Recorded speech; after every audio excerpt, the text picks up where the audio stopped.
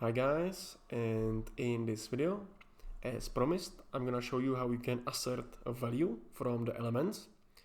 So let's create one more test step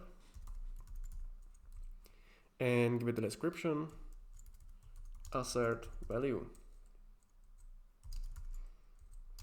And this one will be very similar to the asserting attributes, but WebdriverIO gives us a specific function to assert value. So let me show you. First, I'm gonna create a variable named button as well. But this time, I'm gonna choose the button populate here on the top. So it's ID of populate, so let's use it. Again, number sign for IDs and populate. Next, let's wait until the button is visible. And now, let's perform the expectation.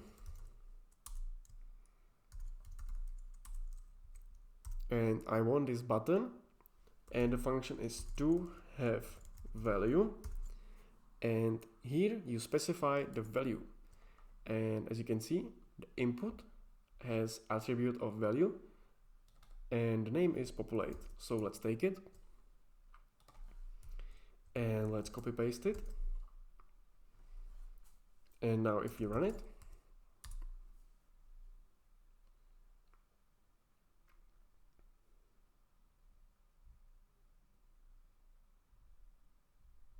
then you can see that everything is still passing.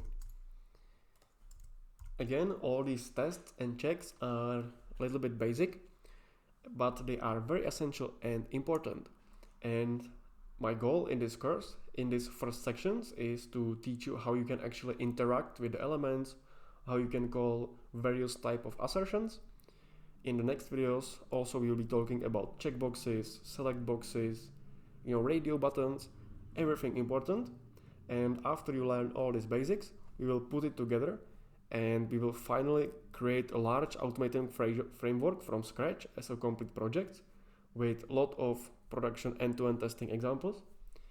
But until we get there, we need to start from the simple step one by one. So again, if you want to basically assert the values, remember there is expect to have value function, and you will pass the value which you want to expect.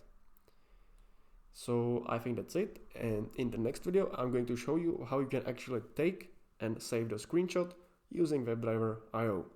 So stay tuned and see you there.